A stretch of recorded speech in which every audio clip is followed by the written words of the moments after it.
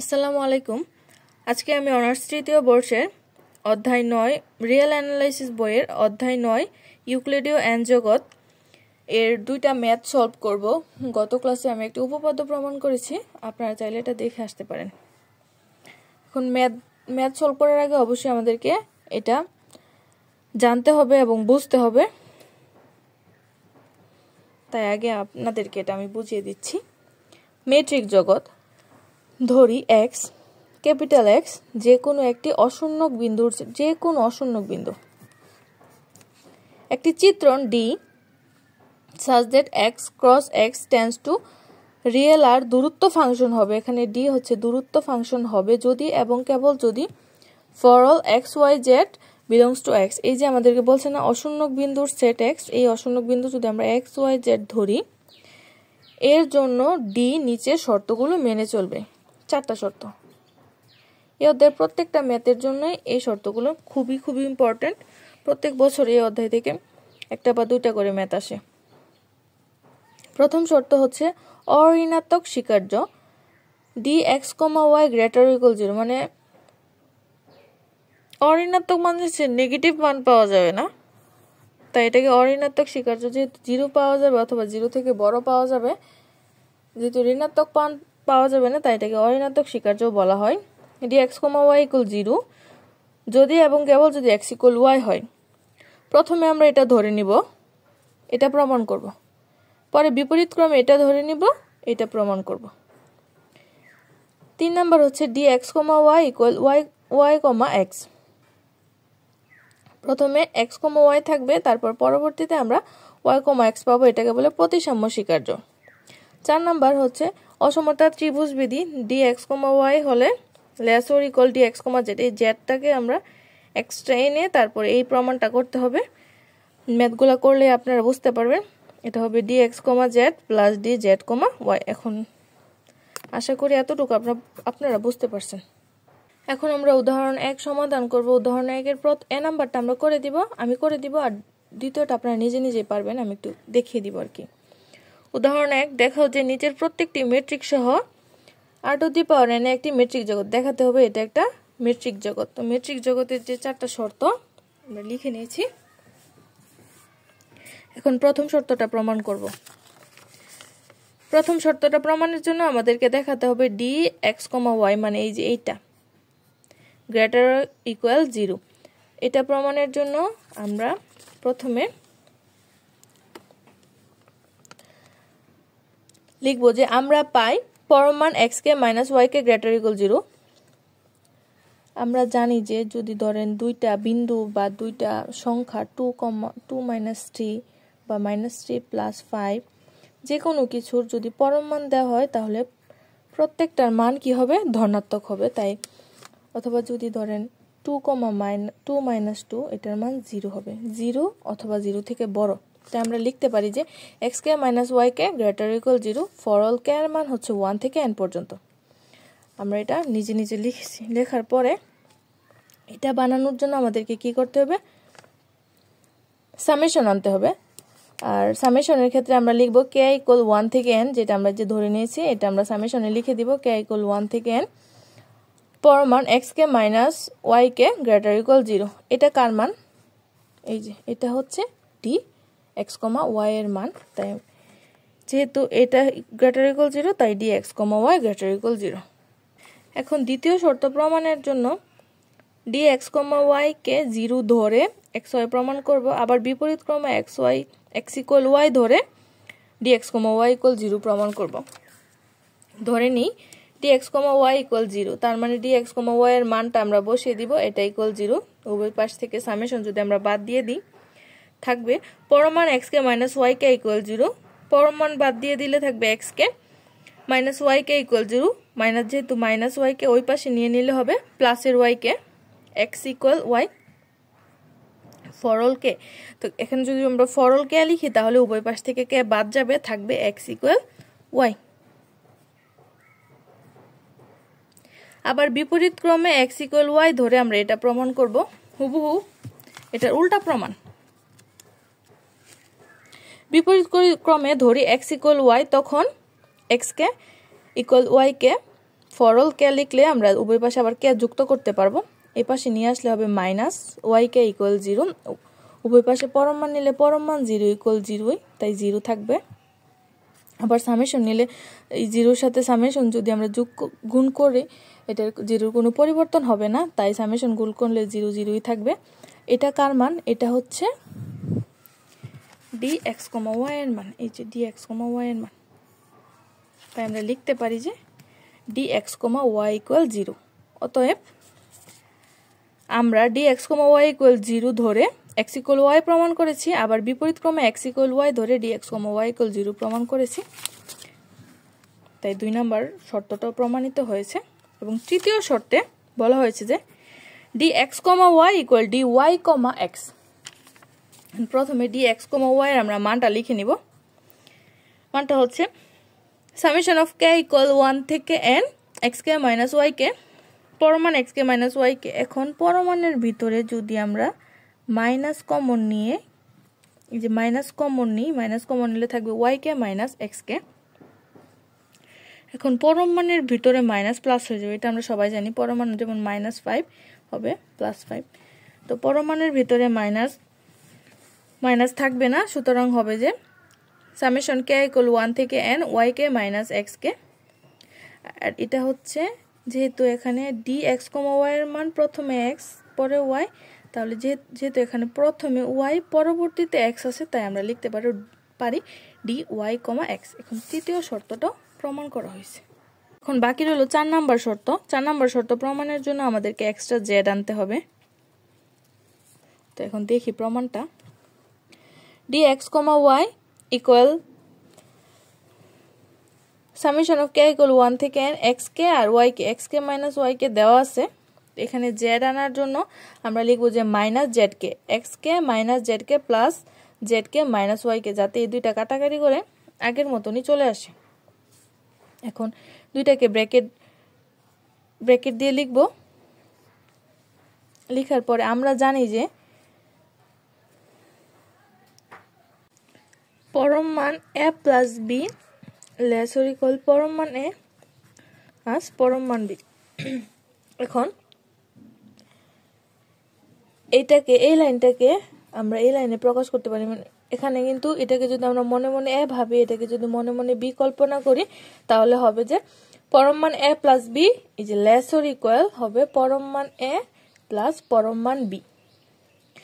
সামেশনকে দুইটার সাথে যদি আমরা বন্টন করে দিই, হবে সামেশন k ইকুয়াল 1 থেকে n সামেশন মডুল পরম মান xk minus zk plus summation k equal 1 থেকে n, এটার সাথে এটা গুণ করে দিলে হবে zk minus yk।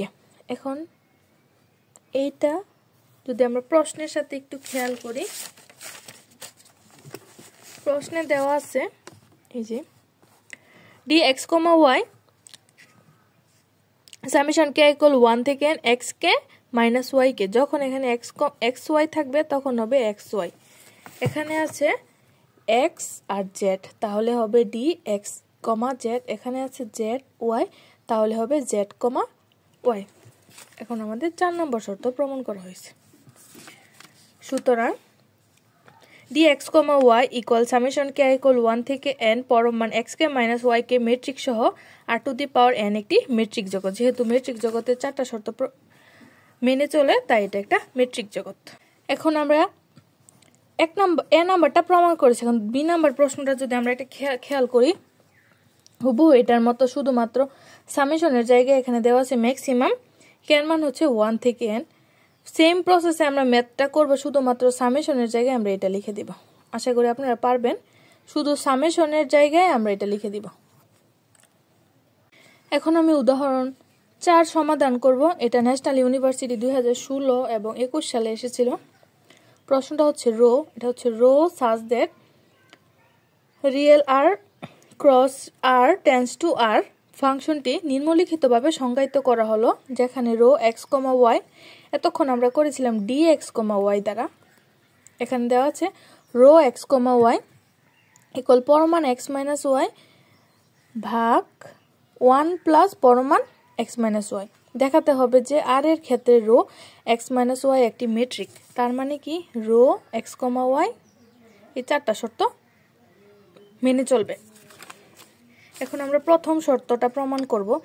Rho x comma y হবে rho x comma y greater or equal 0, প্রথম শর্ত।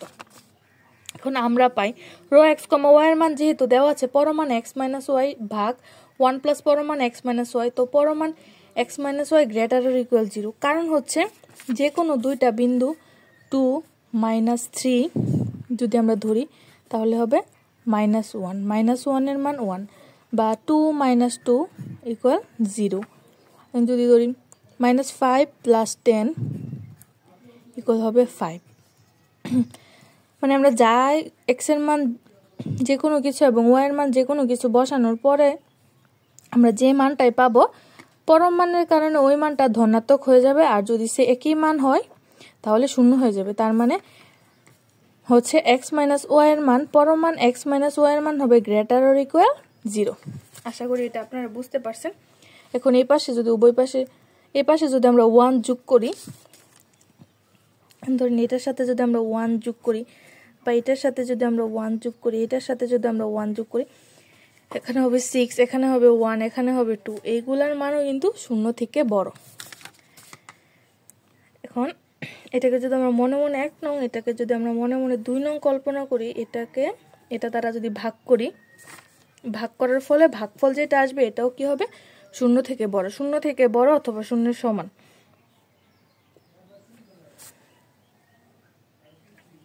সুতরাং এটা কার মান? এটা হচ্ছে এই যে রো এক্স কমা ওয়াই এর মান। রো এক্স কমা ওয়াই এর মান আমরা 0 থেকে বড় পেয়েছি, 0 অথবা 0।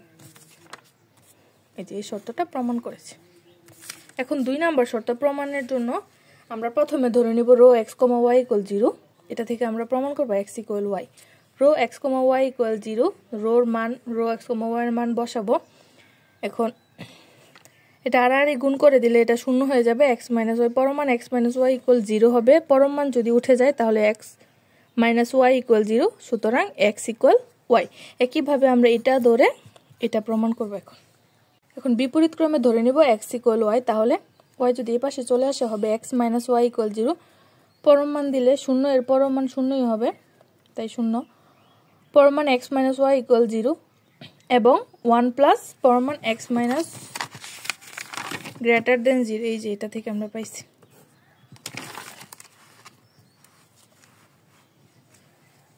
এটা একটু ভুল হয়েছে, এখানে ইকুয়াল হবে না। যদি এক্স মাইনাস ওয়াই ধরেন এক্স এর মান যদি 2 হয়, ওয়াই এর মান যদি 2 হয়, এটা হবে 0। তো 0-র সাথে যদি আমরা 1 যোগ করি, এই যে 0-র সাথে যদি 1 যোগ করি তাহলে কিন্তু এটা গ্রেটার দেন 0 আসবে। তো এখানে গ্রেটার দেন 0 হবে, এটা ভুল হয়েছে, একটু ঠিক করে নিন। এটাও হবে 1 প্লাস পরমান x minus y greater than 0। এখন এটা যদি আমরা এটা দ্বারা ভাগ করি, এটা 0 হইলে কিন্তু এটা অসংজ্ঞায়িত হয়ে যেত, কারণ আমরা জানি 1/0 ইকুয়াল ইনফিনিটি। এটা 0 হতে পারবে না, এটা অবশ্যই একটু খেয়াল রাখবেন, এটা 0 হতে পারবে না। তাই এক্স মাইনাস ওয়াই পরমান এক্স মাইনাস ওয়াই এটাকে দ্বারা যদি আমরা ভাগ করি ইকুয়াল 0 হবে, কারণ এটার মান হচ্ছে 0। আর 0-র যদি কোনো কিছু দ্বারা ভাগ করা হয় তাহলে এটার মান 0 আসবে। 0/1 ইকুয়াল 0, এই সংজ্ঞানুসারে সত্যি হয়েছে। তো এটা হচ্ছে আবার রো এক্স কমা ওয়াই এর মান। রো এক্স কমা ওয়াই এর মান পরমান এক্স মাইনাস ওয়াই ভাগ 1 প্লাস এক্স মাইনাস ওয়াই। তো এটা যেহেতু 0 আসছে তার মানে রো এক্স কমা ওয়াই এর মান 0। সুতরাং rho x comma y equal 0 ধরে নিলে এক্স কমা ওয়াই পাওয়া যাবে। আবার একইভাবে এক্স ইকুয়াল ওয়াই ধরে নিলে rho x comma y equal 0 পাওয়া যাবে। আমাদের দ্বিতীয় শর্ত প্রমাণ করা হয়েছে, এখন তৃতীয় শর্ত নিয়ে কাজ করব। রো এক্স কমা ওয়াই এর ইকুয়াল দেখাতে হবে rho y comma x. Rho x comma y এর মানটা আমরা লিখব, লেখার পরে পরম মানের ভিতরে এক্স মাইনাস ওয়াই আছে। এখন যদি আমরা মাইনাস কমন নিই থাকবে মাইনাস ওয়াই মাইনাস এক্স। পরম মানের কারণে এটা হয়ে যাবে ওয়াই মাইনাস এক্স, কারণ পরম মানের ভেতরে মাইনাস থাকলে এটা ধনাত্মক হয়ে যায়। তো একইভাবে এক্স মাইনাস ওয়াইকে আমরা লিখবো y minus x, x minus ওয়াইকে লিখবো ওয়াই মাইনাস এক্স। তো যেহেতু এখানে এক্স এর জায়গায় এক্স ছিল, ওয়াই এর জায়গায় ওয়াই ছিল, এখানে ওয়াই এর জায়গায় হবে ওয়াই, এক্স এর জায়গায় হবে এক্স। সুতরাং rho x comma y equal rho y comma x. তৃতীয় শর্ত প্রমাণিত। এখন চতুর্থ শর্ত প্রমাণের জন্য আমাদেরকে এক্সট্রা জেড নিয়ে আসতে হবে। এখানে x মাইনাস y পরমান x মাইনাস y ইকুয়াল পরমান x মাইনাস z এবং z plus z minus y, যাতে মাইনাস z এবং প্লাস z কাটাকাটি হয়ে এটাই আসে।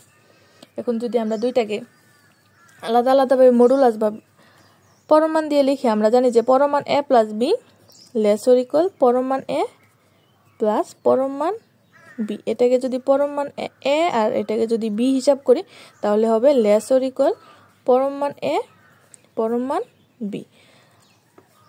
তো সুতরাং পরমান x minus y equal x minus y less or equal x minus z plus z minus y, এটাকে আমরা 1 নং ধরবো। আবার এখন যদি আমরা উভয় পাশে 1 দ্বারা যোগ করে দিই, 1 দ্বারা যোগ করার পরে যেটা পাবো সেটা আমরা 2 নং ধরবো। এখন 1 নং কে 2 নং দ্বারা ভাগ করে দিলে 1 নং ভাগ 2 নং 1 নং ভাগ 2 নং এটা পাবো। এখন এই জিনিসটা একটু ভালোভাবে খেয়াল করি, আমাদেরকে প্রমাণ করতে হবে যে এই লাইনটা rho x, y less or equal rho x, z plus rho z, y। এখন আমরা এই লাইন থেকে সরাসরি এই লাইন লিখে দিব। লিখে দেওয়ার পরে রো x, y এর মান আমাদেরকে প্রশ্নে দেওয়া আছে, এটা আমরা লিখে দিব। রো x, y এর মান হচ্ছে পরমান x মাইনাস y ভাগ 1 প্লাস পরমান x minus y less or equal অসমতার চিহ্ন যা ছিল তা থাকবে। এখানে রো x, z তার মানে x এর জায়গায় থাকবে x আর y এর জায়গায় হবে z, এটাও লিখে দিব। রো z, y x এর জায়গায় হবে z এবং y এর জায়গায় থাকবে y, এটাও লিখে দিব। এখন এটা থেকে এটা লিখতে পারি আমরা। এখন আপনাদের মনে প্রশ্ন আসতে পারে যে আমরা এই লাইন থেকে এই লাইন কিভাবে আনবো, এটার বিরাট বড় ক্যালকুলেশন, আপনারা এটা মনেও রাখতে পারবেন না আর বুঝবেনও না, তাই এটা শর্টকাট টেকনিকের জন্য আমি এভাবে বুঝাই দিছি। আশা করি আপনারা বুঝতে পারছেন। সুতরাং আর এ যেহেতু রো 4টা শর্ত মেনে চলছে, তাই আর এ রো একটি মেট্রিক।